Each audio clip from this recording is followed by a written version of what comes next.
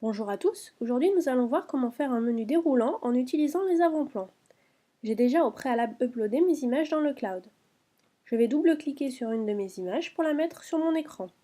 J'utilise la barre d'outils pour adapter la taille en haut et en bas de mon image pour qu'elle prenne toute la taille de mon écran, puis je la recentre.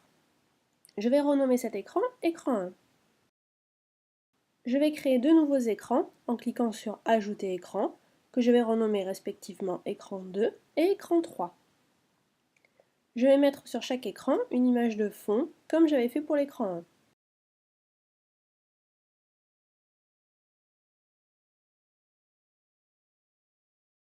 Je vais ensuite créer mes avant-plans. Pour cela, je clique sur Écran et je choisis Avant-plan. Les avant-plans sont des sortes de calques qui viennent par-dessus les écrans. Je vais ajouter une forme. Je choisis une couleur de mon choix dans la fenêtre des propriétés, puis je la réduis et la place tout en haut. Je copie-colle cette forme en faisant pomme C, pomme V. Je la place à côté de la première en gardant un petit espace entre les deux formes. Je sélectionne les deux, puis je centre le tout. Je vais créer un premier texte, sous-menu. Je choisis une police dans la fenêtre des propriétés et une couleur.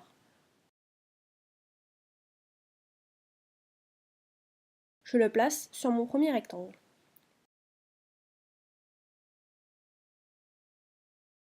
Je duplique mon objet texte et je tape écran 3. Je le place sur le deuxième rectangle.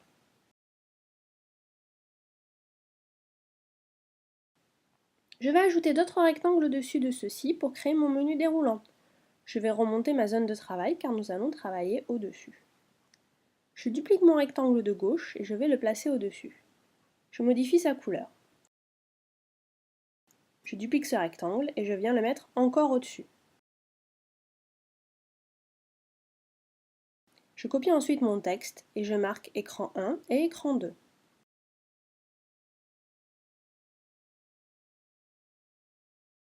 Ce sous-menu va nous permettre de naviguer entre les écrans 1 et 2 via un menu déroulant, alors que l'écran 3 sera accessible directement en tapant sur le bouton. Je vais ensuite créer ma première action. Je sélectionne le rectangle de l'écran 3, puis j'ajoute une action depuis la fenêtre des interactivités. Je dis qu'au tap, je dois aller à l'écran 3. Comme mon menu déroulant doit descendre, je vais devoir modifier la profondeur de mes éléments. Je modifie la profondeur du rectangle de gauche et du texte sous-menu grâce à la barre d'outils.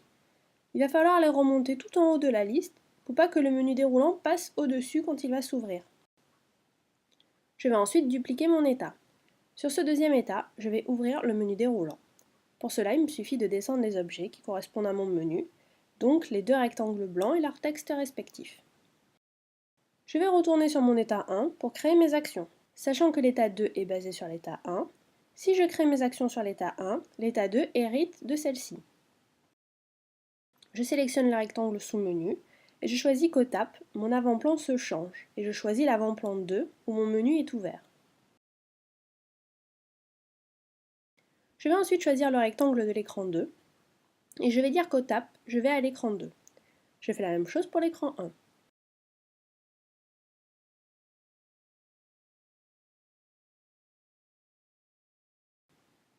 Je vais retourner sur mon état 2 et ajouter le composant Zone interactive.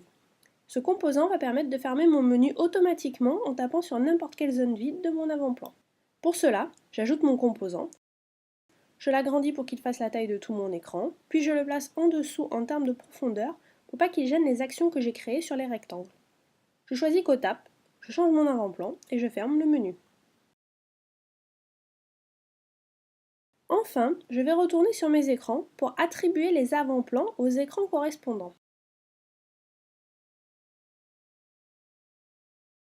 Je vais sur l'écran 1 et dans la fenêtre des propriétés, je choisis l'avant-plan 1 avec le menu fermé. Je fais de même pour les autres écrans, car si vous ne mettez rien, l'avant-plan sera l'avant-plan courant. Donc si vous avez ouvert le menu et choisi par exemple l'écran 2, une fois arrivé sur l'écran 2, le menu restera ouvert. Alors qu'en attribuant un avant-plan, une fois l'écran affiché, le menu va se refermer. Pensez à sauvegarder et tester votre nouveau menu.